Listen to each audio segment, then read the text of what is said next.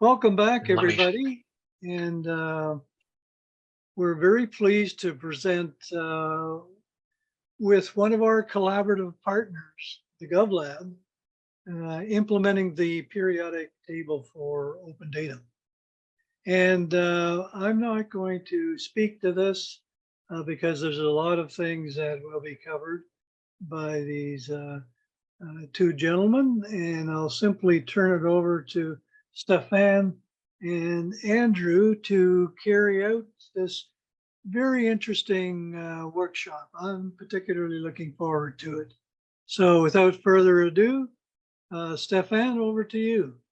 Thanks so much, Yuri, and thanks everyone for joining. Always a pleasure to be part of the GOOD conference, and I'm always impressed with the acronym that you managed to connect with open data, because it's not just about open data, it's also about good data, and that's in part what we will discuss today as well. And I'm delighted to be here with my colleague Andrew Zahuranec, who is a fellow at the GovLab and has been a really strong and great partner for the last few years on all topics open data and data collaborative. And what we were hoping to do today was to feature one of our tools that we have developed in order to accelerate open data, but more importantly, to make open data also more evidence-based in how we actually understand what works, what does not work, what are the variables that makes a difference, and how do we then understand, if we use those variables, whether whether we are on the right trajectory moving forward, or whether there are certain elements that need to be addressed in order to ensure that the investments that go into open data are that there is a return on those investments. And so we will give a short presentation to kick us off. First, we already did some kind of welcoming and introduction, but then I will also position this here within the context of the third wave of open data. And then Andrew will go into more detail with regard to what do we mean by the periodic table of open data for those that have not been exposed to the elements yet. And then we hope the real and the most extensive part of this workshop is really a discussion where we hope to get all of your input on how do we go about operationalizing the further development of the table, but more importantly, in your particular position, how can the periodic table be of use? And if so, are there elements that you wished would have been further developed as well? So that's just to set the stage for the next hour and a half.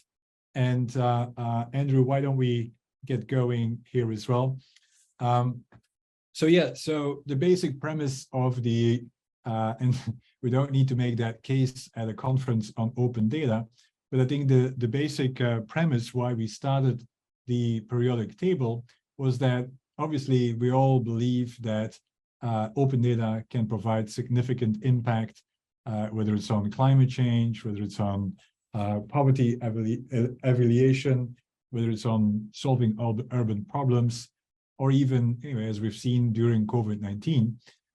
Unfortunately, while we have that, of course, strong premise to start with, unfortunately, we quite often don't have real data about how data is being used. And more importantly, we quite often lack the evidence on what made a difference if a open data initiative succeeded or if it failed as well. And so part of what we hope to do, next slide, at the GovLab, which, by the way, is an action research center based here in New York, but with a global footprint.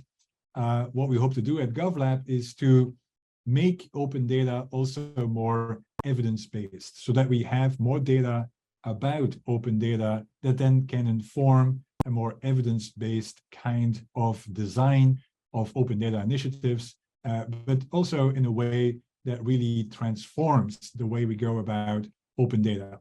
So these are just a few, anyway, products that we've developed over the years.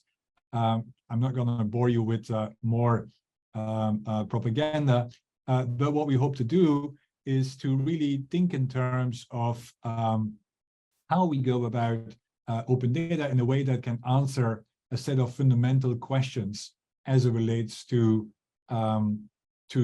society, but also as it relates to open data. And so much of our work on open data is, on the one hand, descriptive, where we try to develop a kind of insight of what's the current state.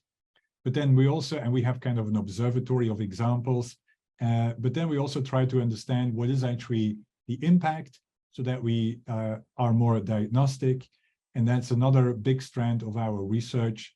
And then we use that to then turn it into prescriptive, such as what are the elements that you need to take into account. And so the periodic table is a typical example of our prescriptive kind of research, where we turn what we've learned in the diagnostic into action and into guidance.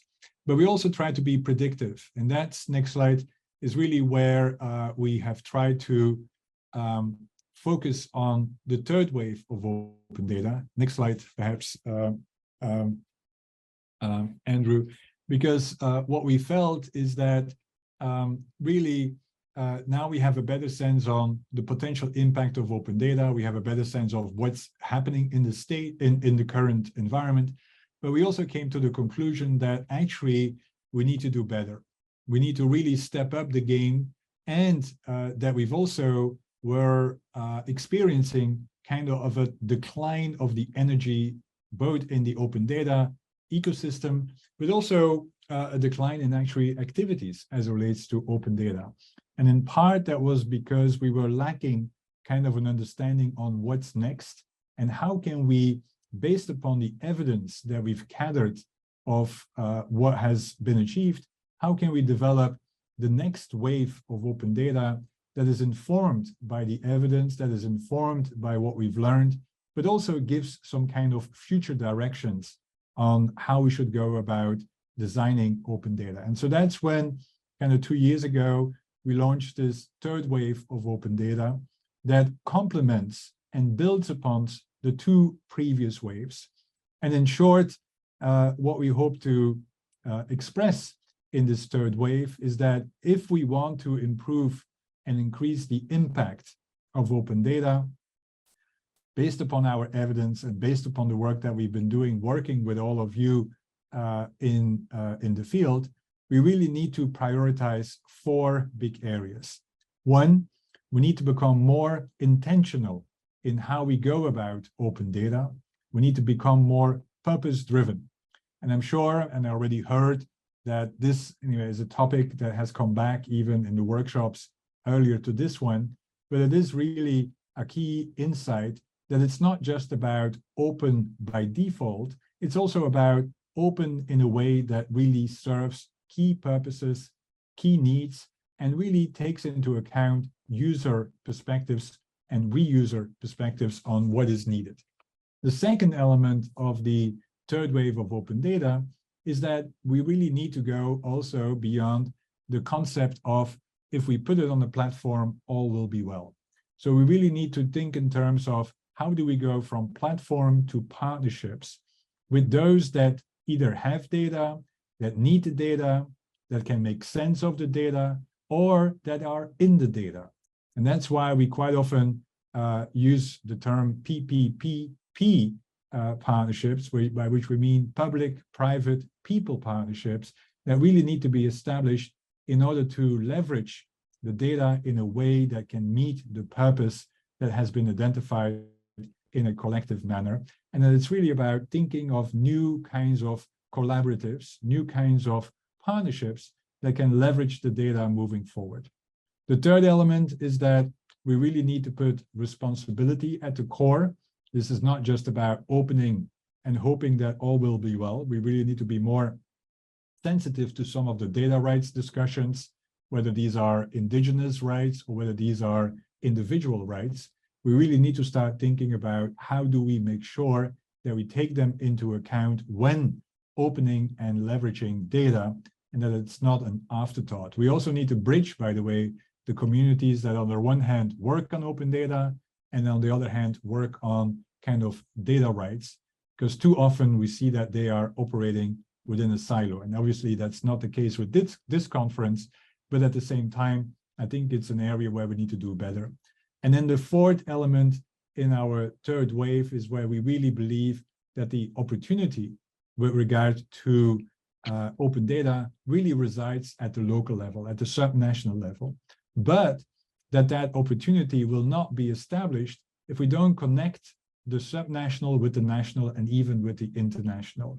And too often we see no support for initiatives at the subnational level, but B, we quite often see actually confusing action with regard to particular localities, both at the subnational and the national level. By which I mean is that if you live in a community, of course, data will be collected at the national level about that community and at the subnational level, and we need to really connect those two kind of data collection efforts in a way that makes sense for the communities and for the localities that data seeks to serve as well.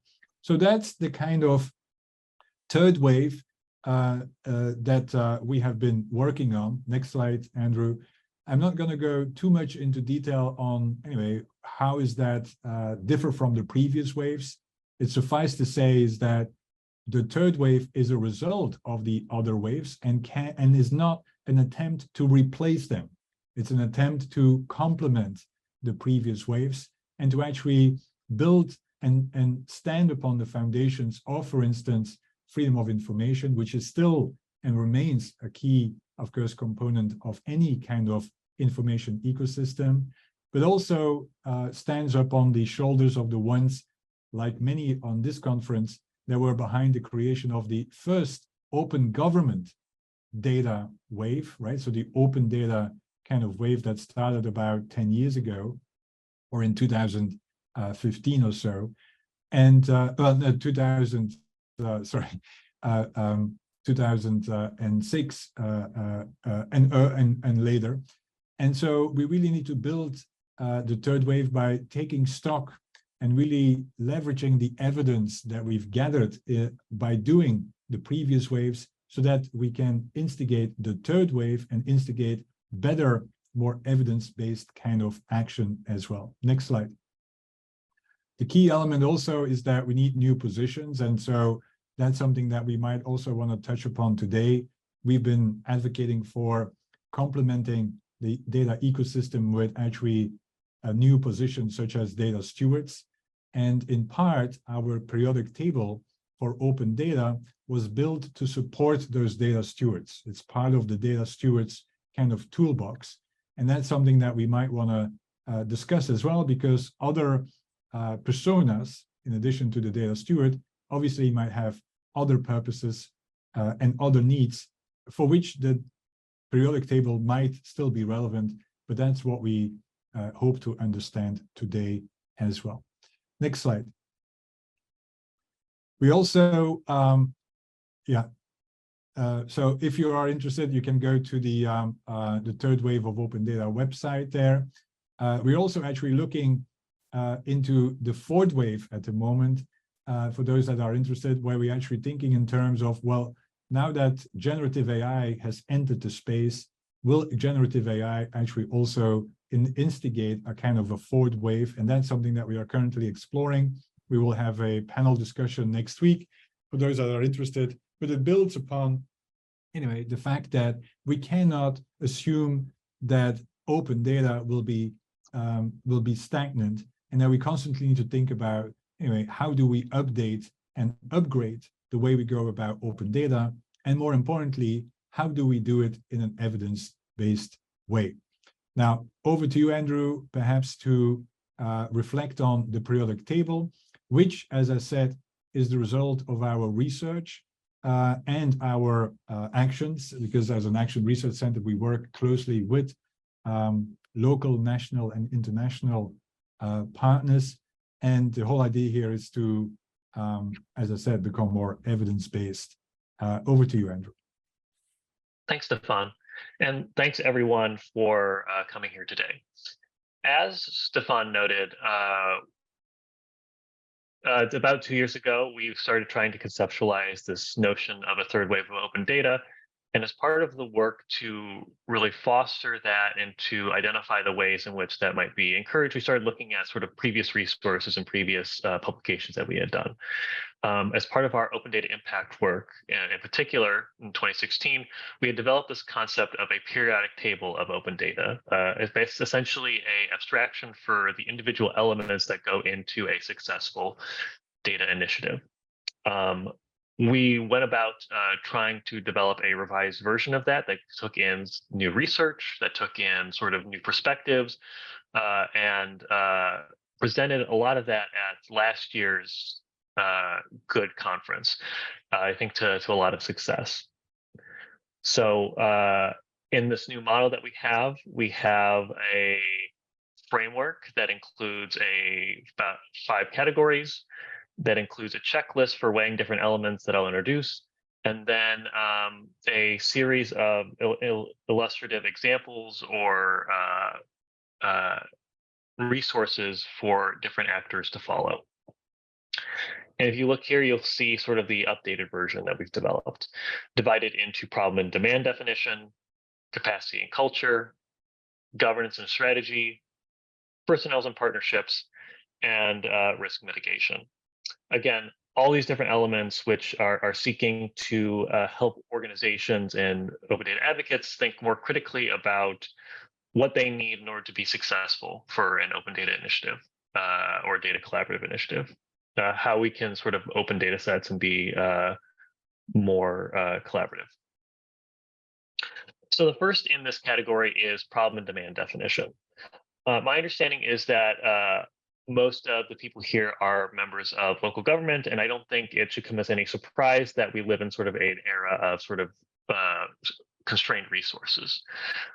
As such, it's often sort of valuable to try to focus in on the area in which we can be most supportive, in which the area in which we can yield the most value, as opposed to being distracted or having a broad focus that might lead to work that cannot necessarily be used for the public's benefit. So this category is about trying to identify the different elements that can allow a project to be targeted and optimized, about increasing the return on investment while reducing wasted effort. This can involve identifying benefits and goals. In short, what is the tangible value? It can include identifying sort of what are the assets that are available that we can gain access to. It can also involve different processes, such as trying to refine the problem. Instead of starting as broad as possible, asking ourselves, what's the root cause of this? Why is the situation as it is? Who is involved, et cetera? It can also involve user research, such as identifying what is involved in the current situation and how data might be used to yield a real benefit. The next category that we have is capacity and culture. As the title of this section will indicate, this is a lot about both the organizational capacity, as in sort of the resources that it has, as well as the human capacity. So who are the people that are involved in this work? It's about trying to encourage a culture of openness, about making sure that those who are working on open data initiatives, whether they be in civil society, whether they be in tech, whether they be in a community organization, whether they be in government, are sort of united in common purpose toward pursuing this project. Some of these are obvious. Trying to secure institutional buy-in for a project is obviously, in many cases, necessary for guaranteeing that the institution will actually support it, as is making sure that the issue is, relevant, it's salient for the people that are involved. If we have an initiative that the people are not sort of interested in, there's very little likelihood that they're actually going to engage in a meaningful way. Similarly, trying to ensure that we have the resources, both in terms of the infrastructure, as in sort of the portals, the financial resources, and then the actual literacy that it takes to engage with data in a sophisticated way. again, basic components that organizations might think about well before they start to launch a project or in the process of launching a open data initiative. We also here have 3 others, which include trying to develop responsive feedback loops, trying to establish a social license, which is really important, that being trying to ensure that the project is sort of approved of by the community in which it's trying to support, and having the strategic leadership, a quote unquote vision for what the future will look like if this is realized. The next element that we have here, or the next category rather, is governance and strategy, which is all about setting forth the foundations for a open data initiative to function. It is about the policies, it's about the practices, it's about trying to make sure that the ecosystem is arrayed in such a way that can allow organizations to succeed. So instead of just focusing on basically rebuilding the wheel every time that we launch an initiative, making sure that there's a foundation that we can be built upon. These can include different approaches, having a data licensing agreement that can allow organizations to share or to open data, having principles or data standards that can sort of set out what an organization is trying to do with its work,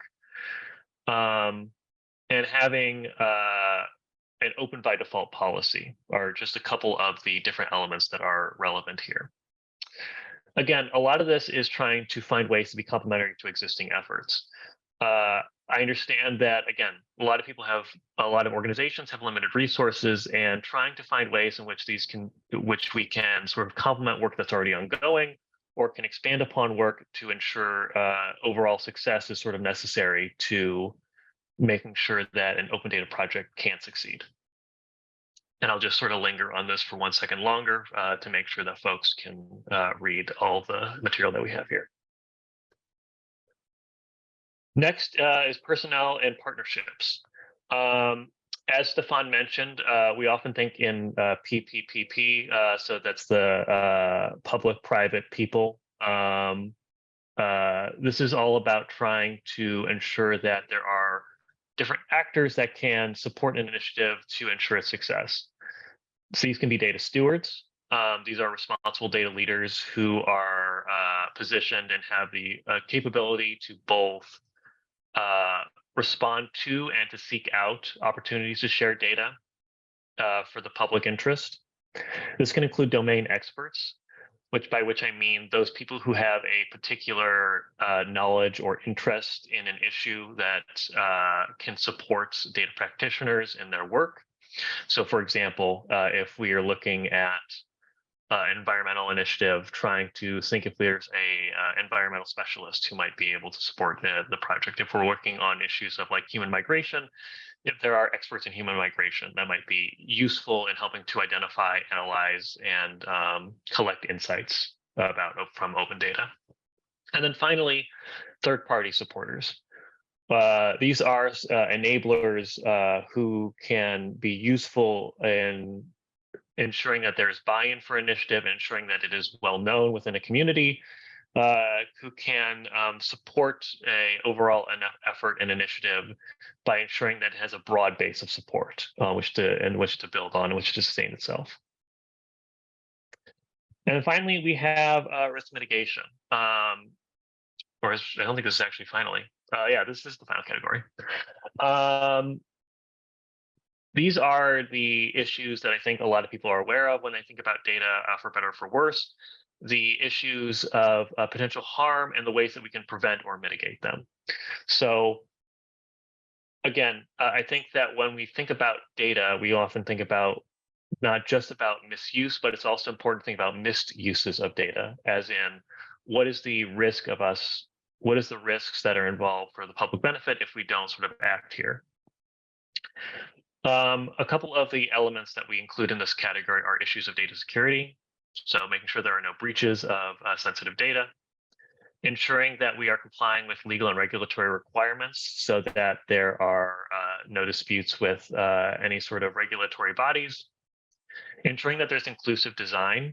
So in effect, ensuring that we're mindful of the inequities that might be present in a community or within a group of beneficiaries. If we make certain information available, does it exacerbate those, or does it reduce them in a way that can be in the public's benefit? Ensuring that we are promoting privacy by design, ensuring that we are preserving sort of the privacy of data subjects and promoting their confidence in the overall effort, ensuring that the institutions overall are aligned with the effort, and then making sure that the data holders themselves are proactively engaged with the work that we're doing. So instead of just being comfortable with what we have right now, asking ourselves if there's anything that we're missing, if there's any opportunities that we're ignoring. Again, asking if there is any misuses of data. So this again brings us back to the periodic table as we devised it, and as we helped develop with the support of the GOOD conference last year. There's obviously different ways this could be improved or developed further, and I think part of what we're going to hope to do in this next section is to think critically about the ways that we can do that. It's also to more specifically think about ways in which we can implement these different elements. So what are the pathways forward for these different elements to be realized?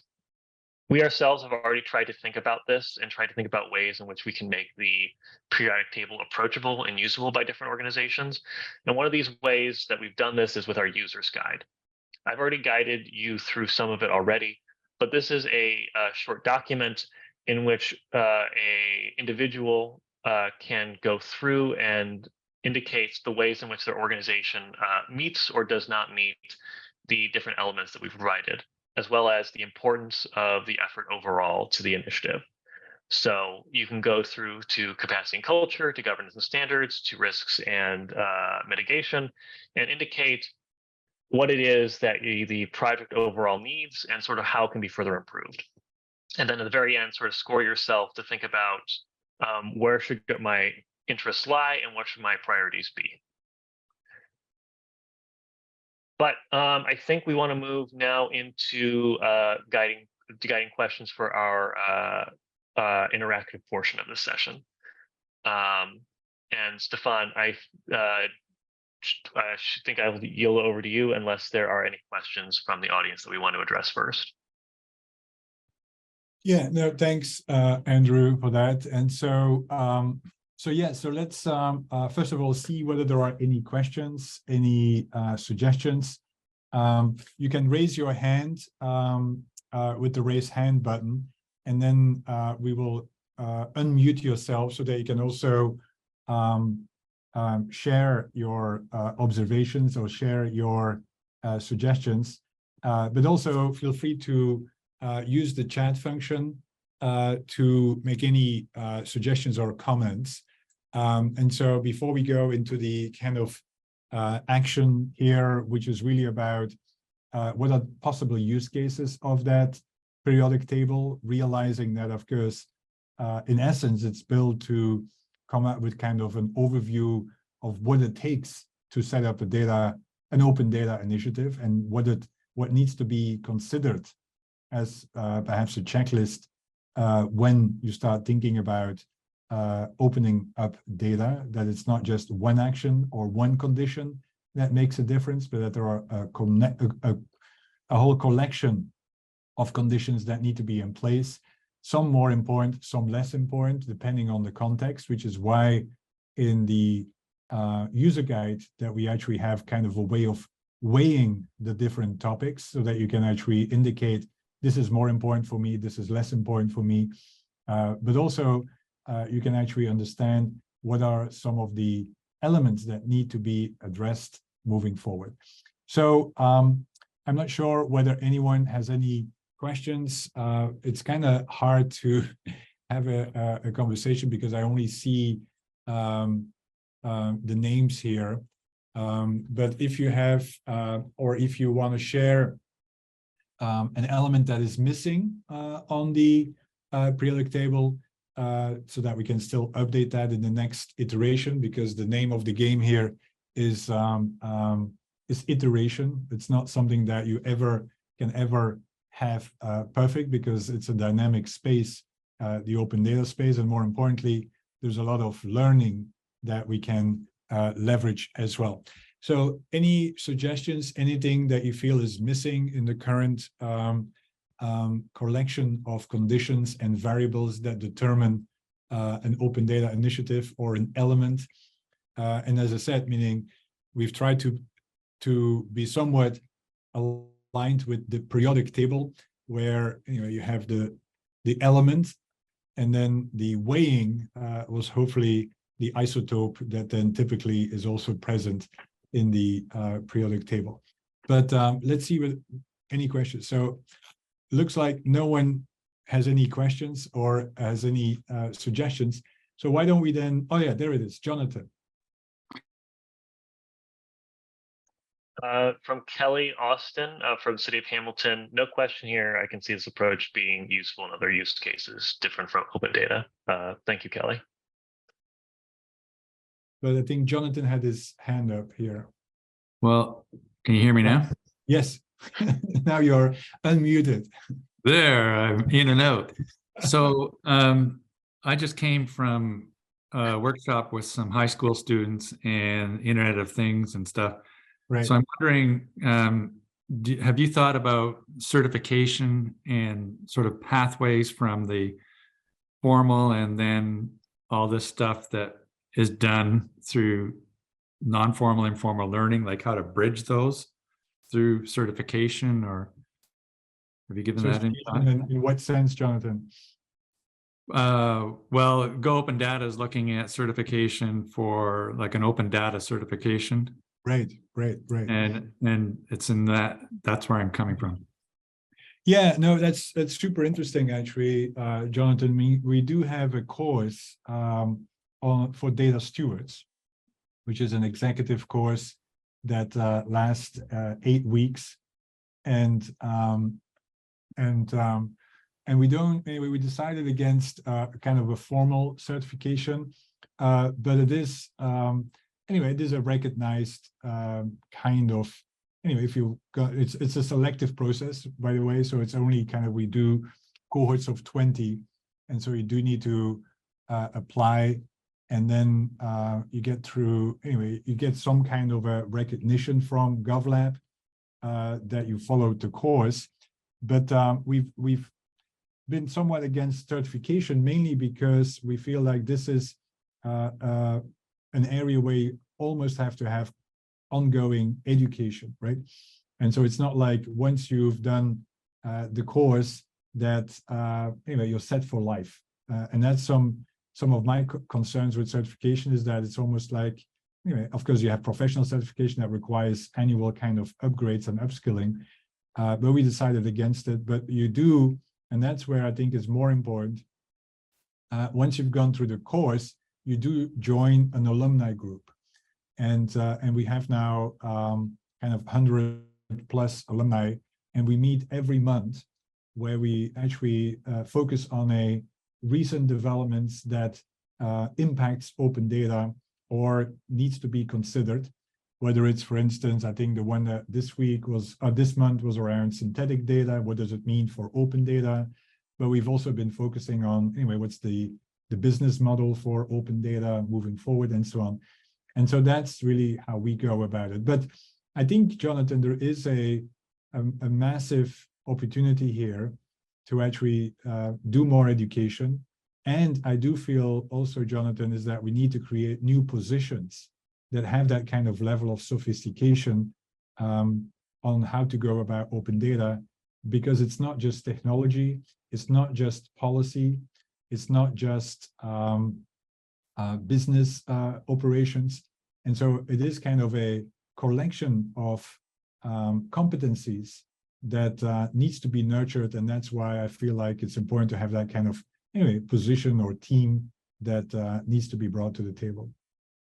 Yeah, just as a follow-up, it would be interesting if your alumni could demonstrate their competencies with that seawall that's being built down there, that will take 20 years to build and cost approximately $52 billion. maybe they would then be able to figure out how to avoid the mistake that Venice made with their seawall that cost, I think, $9 billion. And yeah, I'm going to be talking about digital twins in our last workshop. Right. You should sit in on it. Yes, that sounds great. Thanks, Jonathan. Great. I see a question in the chat from Dennis Carr, who is asking, could you talk a little bit more about, I think he meant private data approaches, contributions from private organizations like telecoms? Stefan, do you want to take this question or should I? Yeah, sure. Yeah, again, feel free, Andrew, to go as well. I don't want to dominate this here. Well, so one of the, Dennis, one of the, and perhaps, Andrew, you can put some links in the chat to the work that we've been doing on accessing private sector data. So for the last kind of 7 years, we've been working on how do you provide access to private sector data for public interest purposes. And so this is really where we honed in on this whole concept of data collaboratives and how can you establish a data collaborative, which is, anyway, is a different level of openness.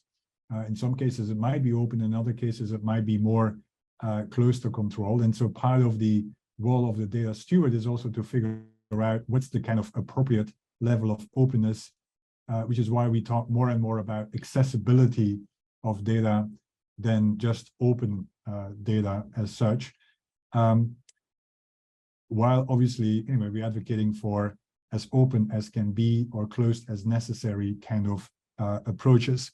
But so yeah, so we've been doing a lot of work on the private sector and opening it up. And in that context, we've helped with many private sector to figure out how they could go about their data assets and start sharing that or providing access to it. And that ranges from small and medium-sized enterprises, such as IoT providers here in New York City, where we worked with them on trying to figure out how can they provide access to their IoT feed in order to understand, for instance, the impact of construction on traffic and on business development, to working with telecom operators like Telefonica, where we set up a data collaborative in order to understand to what extent is urban mobility gendered in, for instance, Santiago de Chile, where we used cell phone or call detail records to understand exactly urban mobility patterns, to our work with Microsoft. And so we are one of the 2 partners that Microsoft has engaged with in order to advance Microsoft in their own open data campaign.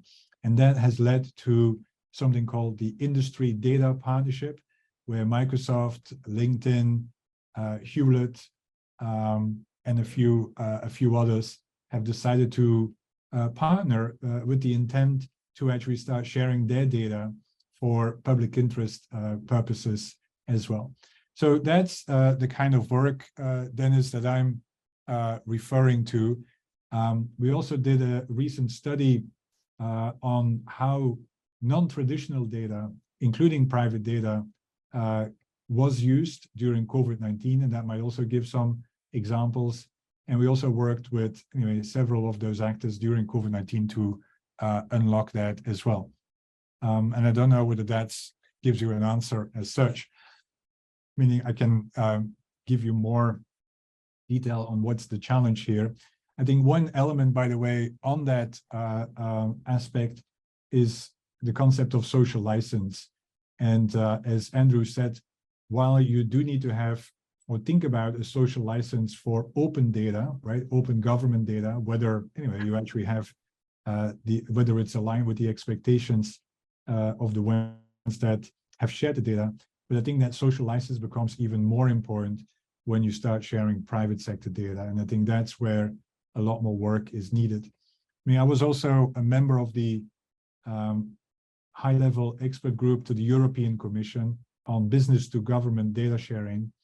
And if you're interested, that has led to the creation of the Data Act, which is about to go, which about to be encoded or codified soon. And within the Data Act in Europe, there is a provision that deals with business to government data sharing, which means that government can, for certain kinds of situations, can call upon business to open up their data to inform them, such as, for instance, disasters or humanitarian situations. And I think Stefan was very thorough in his answer, and I've already dumped a lot of links into the chat for folks to look at that refer to some of those resources. The only thing I'll add is one of, I think, the essential elements of fostering sort of collaboration between the public and the private sector, and particularly data from organizations like telecoms, are data stewards, which we alluded to briefly during the presentation. These are responsible data leaders from the public and private sector who are seeking ways to create public value with cross-sector data collaboration. And increasingly, you see many sort of organizations and institutions establishing these roles that are particularly geared toward identifying opportunities and seeking out ways in which they can open data. Our course tries to further sort of advance a lot of those skills in beneficial ways. But yeah, a lot of our work focuses on the public data and private data as well, in the public interest. I think Dennis has made another comment. We're thinking about ways. Okay, great, glad to hear. Any other questions before we go on to the sort of more interactive portion of the event?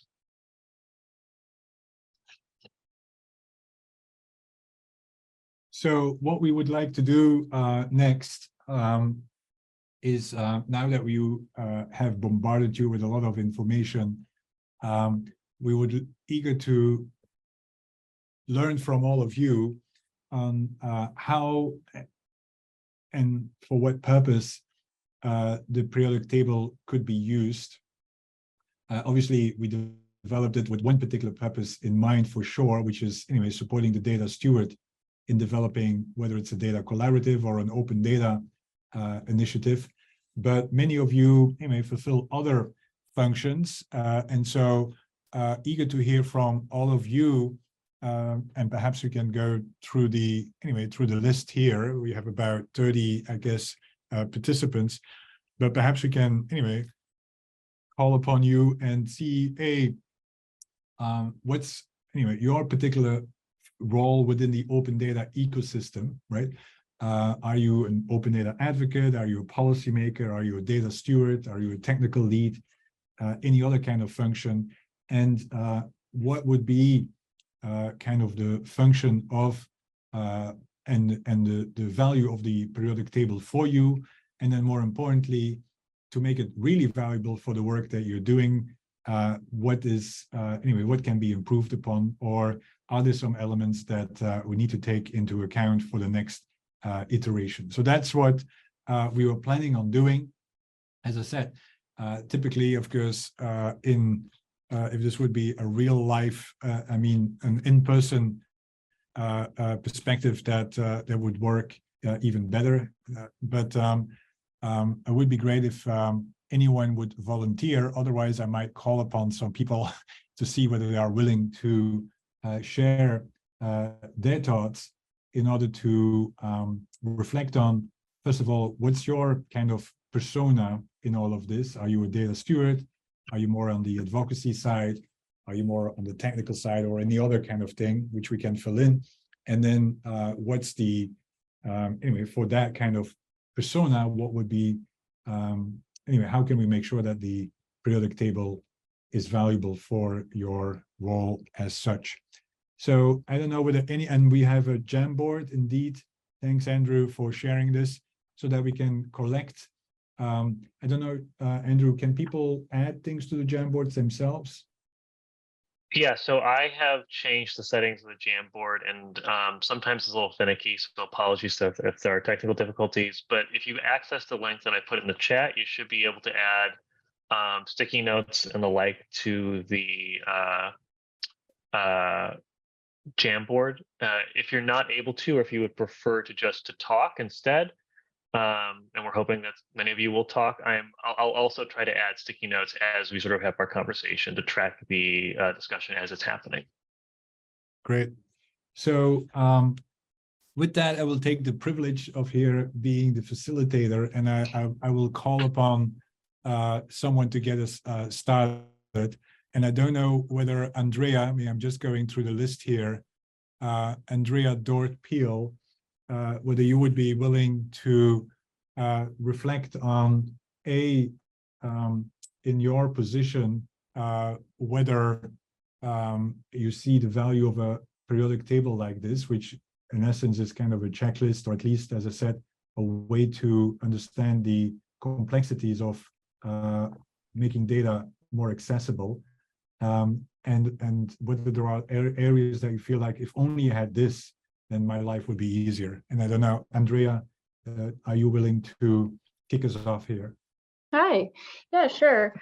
I guess I don't know, I think maybe more of like a technical, between a technical lead and a data steward. A lot of my work though focuses more on the, data portal side of things. So, the whole policy side, I'm not as familiar with, and to be honest, can feel a bit overwhelming. Along with the piece on the collaboration and like actually getting other groups engaged and really getting other people to care. Right. So, I had made the comment in the chat that something like this, especially the way my brain works, to have these checklists and this kind of stepwise mapping out of things is very helpful for someone like me who's kind of right now, again, focusing on more of those technical data aspects, not so much the, governance and policy side. So I don't really have any suggestions at this time, just to say that I definitely see a lot of value in this. And I can see myself, certainly bookmarking things. And then also when you mentioned the data stewardship course, like that, my ears perked up. So there's just a lot here to guide us. I mean, that's kind of as much as I could say right now. Great. Well, thanks so much, Andrea, for kicking us off. Very valuable. I will go through my list here. Again, it's very hard for me because I don't see you.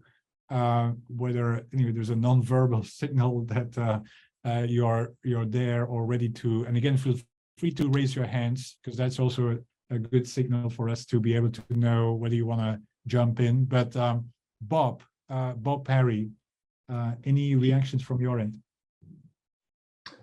Yeah, hi. So I, very similar to what Andrew just said there, I'm in that technical lead data steward group. I lead York Region, which is a region near Toronto's open data program. And we're kind of in that situation where we have an open data program now, we have some data in there, but there's still that difficulty, I would say, in getting a lot of people to really see the value in sharing their data, really seeing what they, I mean, if you're just someone in one department, necessarily thinking, why should I share my data? Who's going to need this? What's the value of putting the time into this?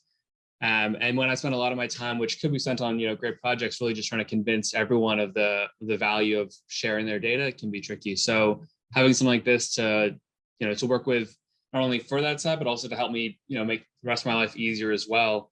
So I can spend a little more time, getting to know these groups, getting to know what they can do as well, I think would be fantastic. So. Great. Well, thanks so much, Bob, for that. And we also, just as it relates to this, and that could be perhaps another workshop, we also did some work indeed on how do you build kind of the value proposition for providing access to data. And again, we've done that also with the private sector, because of course, Bob, meaning there's a challenge within the public sector, alone the private sector that then obviously needs to understand what's the business case for actually providing access to their data. And so we developed something called the 9 R's, which are kind of 9 reasons why it makes sense for sharing and providing access to your data. So what's the kind of business case. And I don't know, Andrew, whether we, yeah, there you go, thanks. So that might also be something that is relevant for the work that you do. And it starts anyway from reciprocity. I mean, if I share data, I get something else, such as, for instance, access to other data sets, but it could also be access to expertise that you otherwise don't have.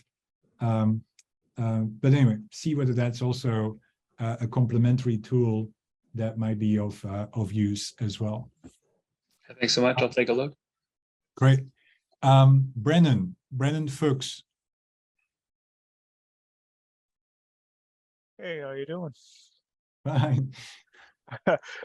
Yeah, I mean, in the role that I'm in, we're kind of bridging probably the three columns you got in the middle, and as far as policy making, it's more applying standards Right. and policies to the data specifically. So the open data program, I guess, the orchestration of it falls to our tiny department. So you mentioned resource constraints. Is there anything in that periodic table then, like, I think it'd be a good tool for allowing us to report on Right. the health of the program? If there was a way even that identified like key concepts within each of those elements that Right. were, crucial to that element being even half baked, that would be a super useful tool for us in reporting upwards. Cool. So what can you give us an example of a concept, Brennan, that you feel like if it would be there, it would add value? Well, for each of those, it's Yeah. seeing that the periodic table is kind of reminiscent of the kind of the report they had at a York's data journey for their cooperative, right? But in each of those elements, what are the key the key protons, electrons, and isotopes Yes, exactly. that make up a Exactly. successful delivery on an element, and Right. and just a mechanism to be able to report upwards on that would be useful. Great. Great. Very valuable. I think our biggest challenges are always, Bob mentioned the ROI component, right? If you can visualize and communicate how the health of the program is moving onward, hopefully even linking your 9 Rs to specific pieces of that periodic table would be a good way to say that, here's where we should be seeing return based on the fact that we've put effort into the following sections, knowing that, most of us are working in the shadows with very few bodies. Yeah, no, I think excellent comments, Brennan, and that's exactly what we hope to do, because it emerged from some of the work that we did about impact assessment of open data. And it was like, all right, so first of all, it's very hard. And then we could identify some kind of an impact, but we couldn't trace it back to what made the difference with regard to the impact. And so that's why we start looking into what are all the components. And so using it as a way to identify the impact, but also then understand which of the elements made a difference with regard to achieving that impact or not achieving it. I think that's really what we hope the sector would move towards, right? So that we really become smarter about how we go about this. Great. Next, Burke.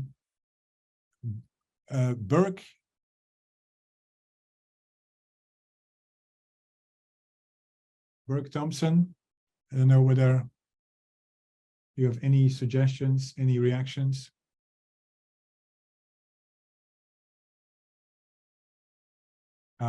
Cody Brown.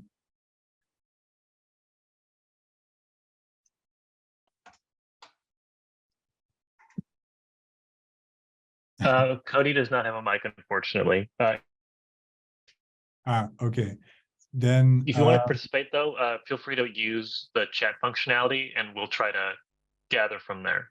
Yeah, and I'm just, feel free if you don't, this is not putting you on the spot, as just to, make sure that we have an inclusive way of learning from all of you. Then next, I have here Corey Trott.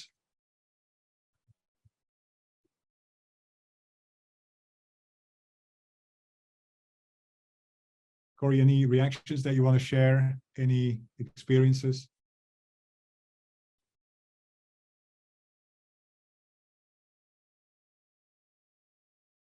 Daryl Bridge? Yeah, thanks. Really interesting.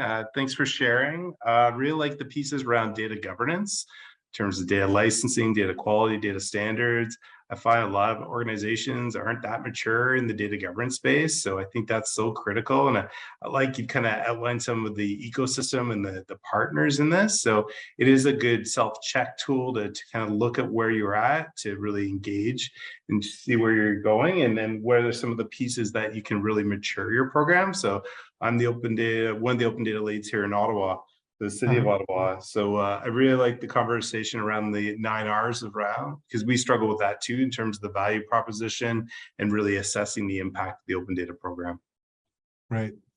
And have you come up with a way, Daryl, to do this kind of assessment yourself?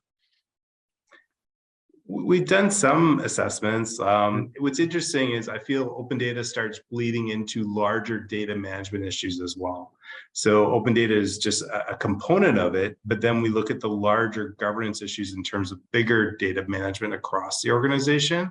So it's interesting, like when you're going through the different elements, I was thinking about the data management body of knowledge, and they do line up very nicely. So that's really interesting to see the work that you've done that also cross-references with Dogma's data management body of knowledge. Right, right. Great. Cool. Dennis? Yeah, thank you. I think, can you hear me okay? One of the pieces for us that's going to be, exciting but challenging is we're starting to see, the request for us to be considered, the open data be considered as part of decision making whenever reports go to our governing body, like our city council. That's a huge initiative for us to start to embed the principles of our program way earlier on in our engagements with our partners across the city. And we've noticed, for a long time, I was like, everybody knows about open data. We don't need to do the 101 roadshow anymore. But we can see the impact of us not doing it for the last couple of years. So something like this periodic table, I think is going to help us when we do that knowledge campaign really early on when we meet our partners, before they bring a program, the results of it, or results of a decision or a direction to city council, so that we can help them release the data earlier, so that it's available at the same time something goes live and is debated at council, to really give our public, our parties who are interested in it, the opportunity to really analyze and crunch the data before decisions are made on it. So really we are trying to get in and embed ourselves into other business processes much earlier on in the process, rather than kind of how we've been operating traditionally for the last few years of either working on requests or proactive releases of open data. So that's why I think we're seeing our growth and where this might be useful for us. Great. So that's super interesting, and also again somewhat related to me. If you go to the periodic table, the first of course category is really about problem definition, right? Or what's the question that is relevant for instance, the decision that you seek to take, or for the public service that you need to establish. And over the years, we came to the realization that there were quite often two problems here. One is that it turns out to be actually quite hard to define the problem in a meaningful way. Sometimes people have a solution in mind, but don't really have investigated the real problem. And so, again, another tool, and again, I'm sorry for all the propaganda here, but another tool that we developed because we saw that many wanted to do this more kind of upstream kind of engagement before data was released, to really try to understand what is the problem you seek to solve, for which you need data. We developed this problem definition tool. And again, Andrew, I don't know whether you can share that as well. And in addition to that, we also started working more and more on actually the practice of formulating questions, because clearly data is quite often only as valuable as the questions it seeks to answer. And quite often there's confusion about what is the question that actually can, for instance, inform the conversation or the decision-making process. And so we've done a lot of effort on also, as part of our data stewards work, on actually also, anyway, what's the practice of formulating questions? And more importantly, how do you go about, so yeah, this is the problem definition thing. And so as you can see, it's basically a step-by-step approach where we have identification and clarification, mapping, and then questions as well. And so again, we can put it in the, oh yeah, it's already in the chat. But Daryl, if that's, anyway, helps you, and again, would be eager to hear how it relates. And so one thing that we want to do perhaps with the periodic table is to connect all those elements, right? Also, this is almost like the concept that was mentioned with other tools that you can leverage for actually completing that kind of checklist as well, right? Yeah, just observing some of the comments that have been made in the chat as well as in the different post-it notes. It seems that a lot of people see value for the periodic table as a checklist for themselves, and also as a way of sort of educating and sort of making aware for other people about sort of what open data's value is and sort of the roles that it can fill. Yeah, and I see a comment by Kelly. I don't know, Kelly, do you want to come in as well and share what kind of technique you've used for the digital strategy? Because it's always eager to learn from people like yourself. Can we unmute Kelly? Oops. Hello, can you hear me? Yeah. Hi, sorry about that. Hopefully my bird isn't going to chirp loud. No worries. But exactly like this, to kind of, we did it from a process perspective, like from, okay, where you get the idea to engage for service, what happens when you engage with this service, and then the resulting, I guess, what was produced and folks' opinion of that service after. But it went by different, I guess, groups or demographics that were kind of replying to and filling their boxes with this tool and post-its on answering those questions with our focus groups and workshops. Great. And Kelly, any reactions to the periodic table meeting? Was that because that was for the digital strategy? I honestly, I'm looking, I took pictures. I hope you're going to share the recording, because like, as you know, a big piece of just data, digital tech in general is governance. And now that we officially have our digital strategy, now we want to build our kind of digital governance based on that strategy. And I could see a lot of the questions or the, I guess, the elements of your open data periodic table kind of begging those questions or giving you a framework or a step-by-step of how to begin, right? Because sometimes these tasks in governance is like, oh, it's a big deal, a big project to start to enter to, that this periodic table gives you kind of a good place to start. Great, cool. Thanks for that, Kelly. Then I think who we have not heard from, Eric heard. Afternoon. Hopefully you can hear me. Yes, Eric. Yes. Okay, I'm getting a little feedback here. Yeah, no, this is great timing, I think, for our municipality as we've just really formalized a data governance committee, right? So we're still in the early stages, but one of the strategies that we've outlined to go along with the overall big picture for our municipality is working groups. And one of those working groups would be a group to support open data. So this would definitely be a great resource for us to leverage. I think that a few of the colleagues here have already touched on some of the key elements with governance for us and strategy and the maturity, right? And really assessing that as your organization goes along. So I'm not going to regurgitate, but yeah, so I think this is a very valuable resource. Thank you. Yeah, no, that's a great point, Eric. And yeah, so one idea that we are exploring as well is kind of, anyway, can we use it for exactly understanding a certain level of maturity, right? And also, I think together with the previous suggestion to develop kind of concepts underneath each kind of element, it could also be kind of, how do you measure maturity of each element, and then how does it all add up, right?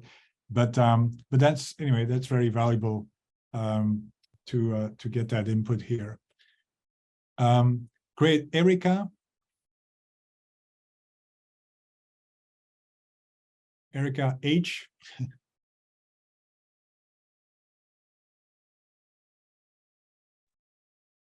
Hey, sorry. I didn't have anything to comment. I just joined in and over the meeting, so I'm not sure if it flagged me, but I'm good. Thanks.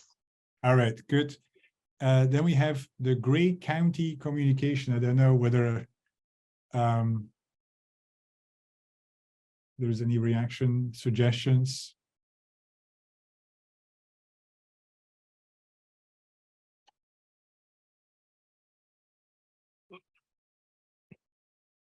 Jason Goods.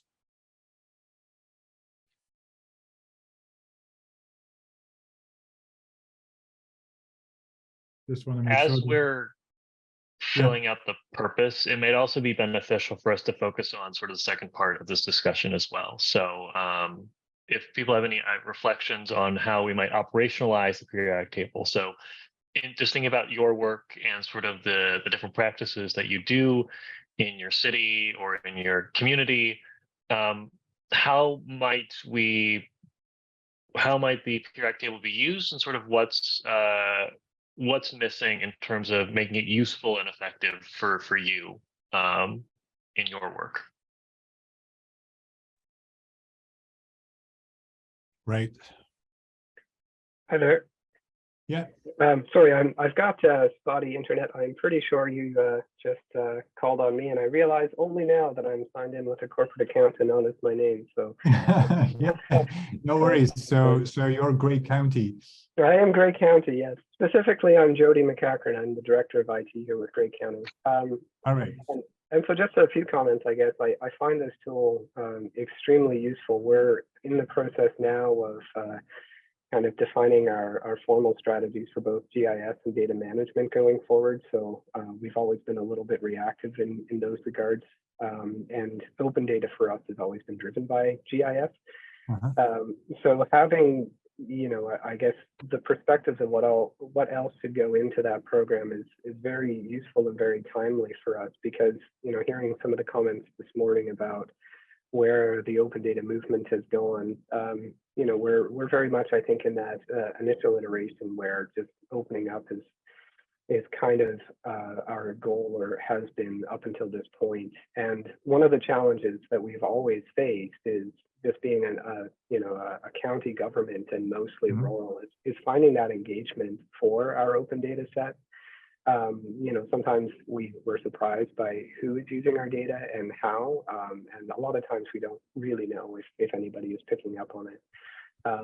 And just one other thing too that I find, just based on some of the work I've done more recently, sometimes we have to look at how people are using our open data and ask ourselves if, just opening our data and sharing it is the best way, or if we should be contributing to other open data projects. And one example I give, and the one that's relevant for me, is we've always had an open data layer for our for our roads data set within the county that includes both the upper and lower tiers. But for every use case that I have seen for roads, it is far, far, far more valuable for us to just contribute to the province's ORN data set than it is for us to open up our roads. And the same with even issues or hazards that are on the roads, right? Although that one doesn't have a comparable open data set, but it's much better if we are, rather than opening our data, if we're aligning with that provincial data set as a source of truth. It saves everybody who uses it trying to aggregate from, you know, the 400 and some municipalities that are across the province doing something similar where they could just go to a single source of truth. Anyways, that's my comment. Thanks. Right. No, thanks so much. Very valuable. Jonathan, any additional suggestions, comments, reactions?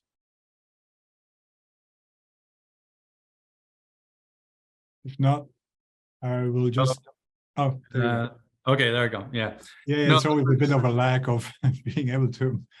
No, it's great. Great conversation.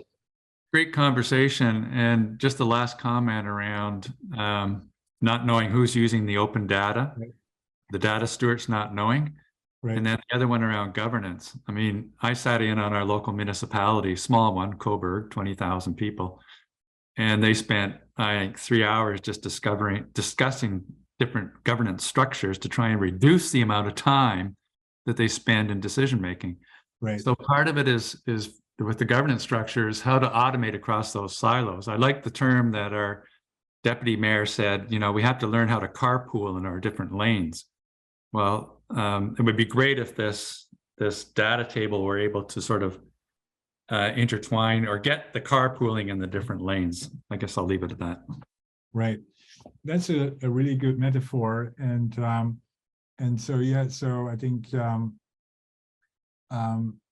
super interesting. But part of the challenge that we quite often see, and again, this is another thing that we've been doing, is that as it relates to governance, and again, we happen to be called Governance Lab, so we do a lot of work on governance as well. But the one of the challenges quite often in this space is also the lack of decision provenance, right? So it's about clearly we want to make decisions and we have a process, but who actually is A, responsible, B, accountable, C, who needs to be informed, and D, and then who needs to be consulted, right? So the typical Iraqi kind of model of trying to have some kind of provenance of decision makers. And I think that quite often is kind of blurred. Quite often it's not clear who is actually there. And so it's sometimes not clear who actually needs to be in the car if you want to develop a new carpooling, right? And I think that's another key element that we quite often advocate is to, anyway, if you develop an open data initiative or a governance structure for data, really try to understand roles and responsibilities, and then who needs to be part of the decision cycle, when and for what purpose, because otherwise it becomes indeed quite often complicated as such. And that is not only in larger contexts, whether this is a large city, that's equally important and problematic sometimes within smaller kind of settings as well. Can I just follow up one last thing? Yes, please. That's meant to be a just brainstorming. When you said that, I was thinking of when well, you were at Buenos Aires, right, for the last International Open Data Conference? Yes. Yeah. So I remember seeing down there that they were in Europe, they were talking about the pre-commercial procurement system. Right. And I'm wondering if that's an opportunity to sort of get the different players carpooling, because a lot of the current ways of doing procurement, like in our small town, it's the same go to the third, you know, they bring the consultants in and they're the, you know, the Deloittes and the Watson Associates. They do a great job. I'm not kidding. But, you know, essentially they could hire ChatGPT and just out of their repository, boom, print this out and cha-ching, thank you, I'll take the check. So I'm wondering if there's an opportunity to sort of bring in new entrepreneurs or even young people through experiential learning activities in this pre-commercial space, and then use the infrastructure as a, not as a service, but as a learning platform. Right. And then, you know, in terms of credentialing, connect a bridge between the formal and the non-formal education systems, because the formal education systems are like the Titanic, and they need to learn how to build trim tabs, not shuffle the chairs on the deck. Right. I've mixed a lot of metaphors. There you go. Yeah, there's Jonathan, you're a master in metaphors here, but yeah, all of this makes sense, and I think the pre-commercial space is quite often, especially also when anyway, when you deal with kind of private sector data, is a space where there's a lot more experimentation and openness for collaboration, right? And also for instance, we've seen this even data sharing and this kind of collaboration and experimentation in kind of the pharmaceutical sector, where they are willing to share data pre-commercial, and that's quite often a good space. And the same thing, of course, in the procurement kind of environment. And I think that's where there's a lot of opportunity. Valuable. I'm cognizant that we have 7 minutes left, and we have a second slide that we may want to also discuss. Well, let's go through also. I suggest, Andrew, let's go through the people that are here so that we are inclusive, and then focus on the same kind of element. Is that okay? Oh yeah, that's fine. And also, I think Daryl had left a comment in the channel. I've tried to answer that, but if you need any further clarification, do let me know. But we can continue going down the list. So yeah, I want to make sure that we give everyone an opportunity to share their experiences. And I think we probably were at Kevin. Hey, I've added a handful of cards to this already. I think the most important thing I find with the periodic table of elements is just it helps you understand the complexity of the system. I mean, even within the bureaucracy, you don't exactly know how the gears change. But if you're an advocate outside of government, how are you supposed to know what those different parts are, right? So I think the periodic table for advocates, right. You know, when you're interacting with a civil servant, it might help you figure out, okay, I can pinpoint this element and maybe help grease the wheels for that, rather than just trying to grease the entire machine and burning yourself out, not making any change. So I think that's a very important piece for external people. But even internally, I know a lot of these elements essentially came up when we were doing our internal data governance review, which we integrated open data into. But it's a very neat and simple system.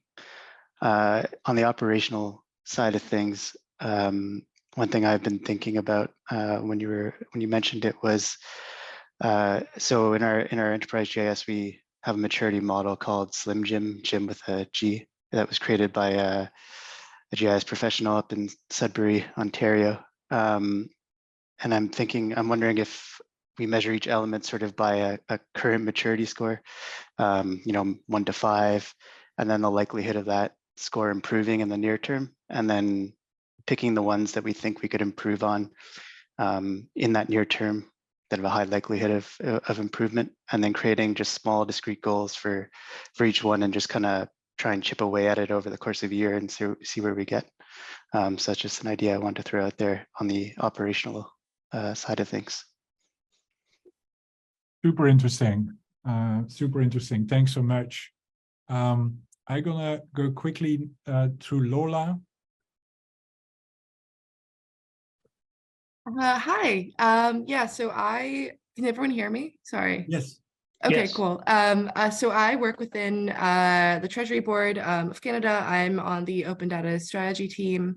So I think for us, our largest problem is largely quite similar to what many people who also work in policy have said before, is kind of both engaging with the public and kind of trying to demonstrate the value of open data, both kind of internally and externally, as well as kind of bridging the gap between the various kind of parties that are various like teams that are working on different elements of sort of open data. So I work on the strategy team, so we largely deal with more sort of policy focused stuff.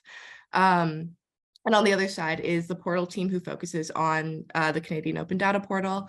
So I think for us, kind of internally, kind of having a level of collaboration and communication has been something that we've been trying to work on, that I think would really allow for a much more, what's the right word?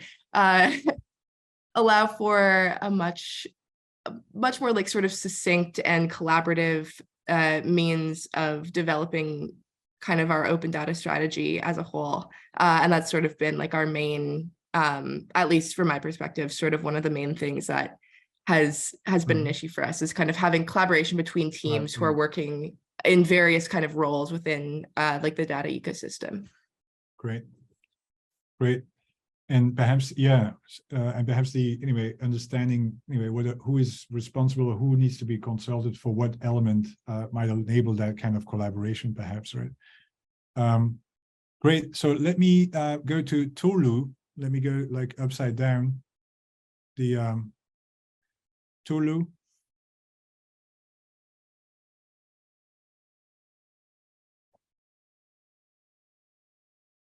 Any reactions?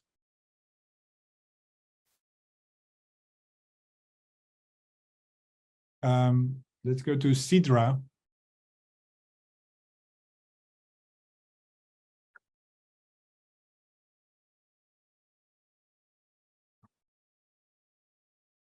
No. Then Shweta.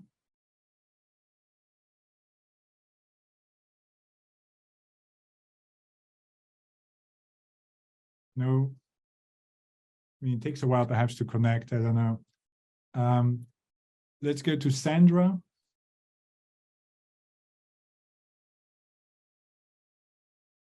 Sandra, any reactions?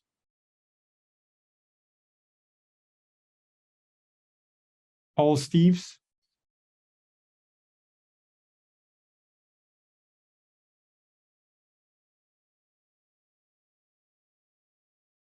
I think people are getting exhausted. Paul Steves, no. Paul Connor.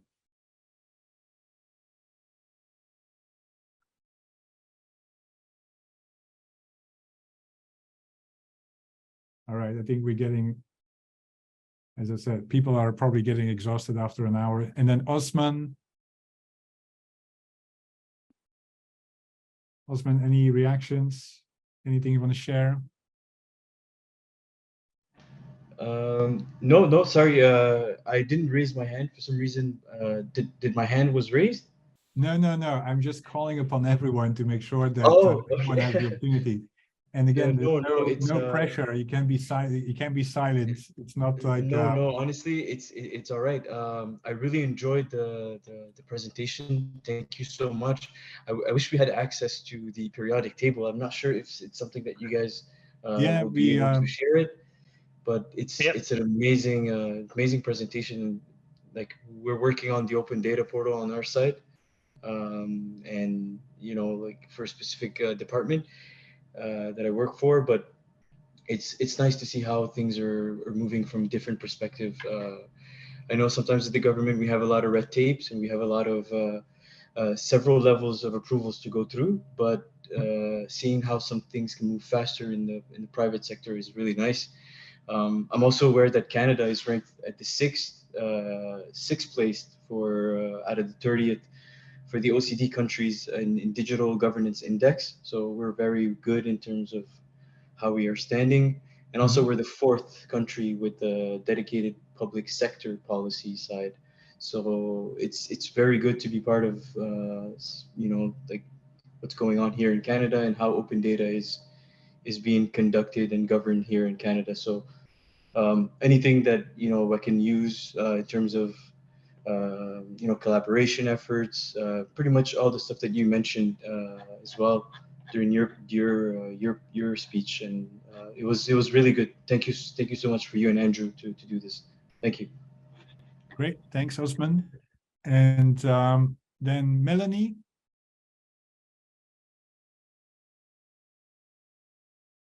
Yes. Oh, sorry. Can you hear me? Yep. Yeah, we can hear you.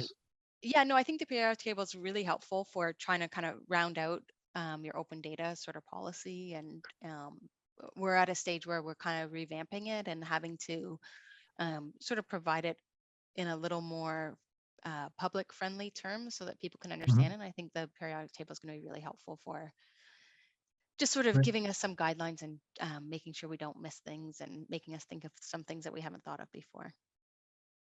Great. Thanks so much. And it's interesting to hear that many people are kind of, anyway, revamping or anyway, it shows the fact that, anyway, it's a really dynamic space and it always needs to be iterated upon, right? And then the last person that I have here on the list is M. Stead. And I want to make sure that at least we had given the opportunity to everyone to chime in. Yeah, sorry. No worries. Thank you very much. In my realm, we're a very small kind of rural municipality in Ontario.